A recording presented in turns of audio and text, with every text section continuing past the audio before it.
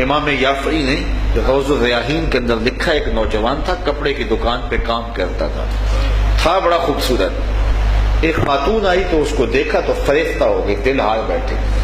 اس نے ضرورت سے زیادہ کپڑا خرید لیا اور گٹھڑی باندھ کر کے اس نے مالک دکان سے کہا کہ میرا سامان زیادہ بوجھل ہو گیا ہے، اگر اس لڑکے کو میرے ساتھ بھیج دو تو یہ میرے گھر چھوڑ آئے۔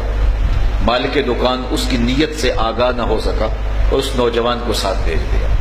یہ اس کو اپنے گھر لے گئی، جب وہ داخل ہو گیا اندر تو دروازہ بند کر دیا اور حیا سوز لباس بھی اتار پھینکا اور اسے دعوت گناہ دینے لگی۔ لیکن یہ اللہ کا بندہ نوجوان صرف حسین ہی نہیں تھا، اللہ کا ولی بھی تھا۔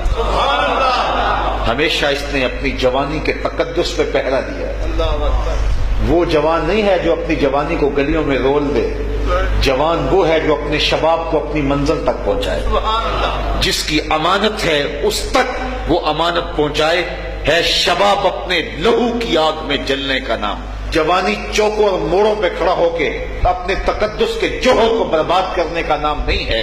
جوانی تقدس مآب ہوتی ہے جب نوجوان اپنی جوانی کی حفاظت کرتا ہے، بلکہ حضور نے ارشاد فرمایا انا حبیب اللہ الشاب الطائب حبیب اللہ، میں اللہ کا حبیب ہوں، اور جو جوان جوانی میں توبہ کرے وہ بھی اللہ کا حبیب ہے۔ کتنی بڑی بات ہے، جب جوان توبہ کرتا اللہ کا عرش خوشی سے جھوم اٹھتا ہے۔ تو جوان کی عبادتیں، جوان کی توبہ اللہ کو بڑی پسند ہے۔ تو اس نوجوان نے اس کو کہا کہ بی بی میں تیری خواہش پوری نہیں کر سکتا، میں مجبور ہوں۔ لیکن اس نے جذبات کو آگ لگا دینے والا ہر جتن کیا، ہر ہیلا آزمایا۔ نوجوان نے سمجھا کہ کہیں ایسا نہ ہو کہ میری جوانی کا تقدس پامال ہو جائے اور میرے پلے کچھ بھی نہ رہے۔ تو اس کو ایک طریقہ سوجا، تو اس نے کہا کہ تم رکو، میں ذرا واش روم سے آؤں۔ تو وہ باتھ روم میں اندر گیا، پاخانہ کر کے اپنے جسم پہ مل لیا، اور اسی حالت میں جب باہر آیا تو اس عورت کا سارا نشہ اتر گیا۔ اس نے دروازہ کھول دیا، کہا تو کوئی پاگل شخص ہے۔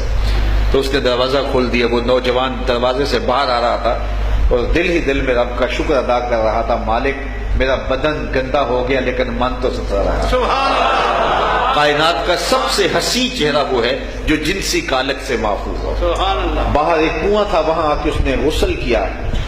علامہ یافعی نے لکھا ہے ساری زندگی اس کے بدن سے مشک اور عنبر کی خوشبو آیا کرتی، اور جب وہ فوت ہو گیا لوگوں نے اس کو دفن کیا تو یہ خوشبو اس کی قبر کی مٹی سے بھی آیا کرتی۔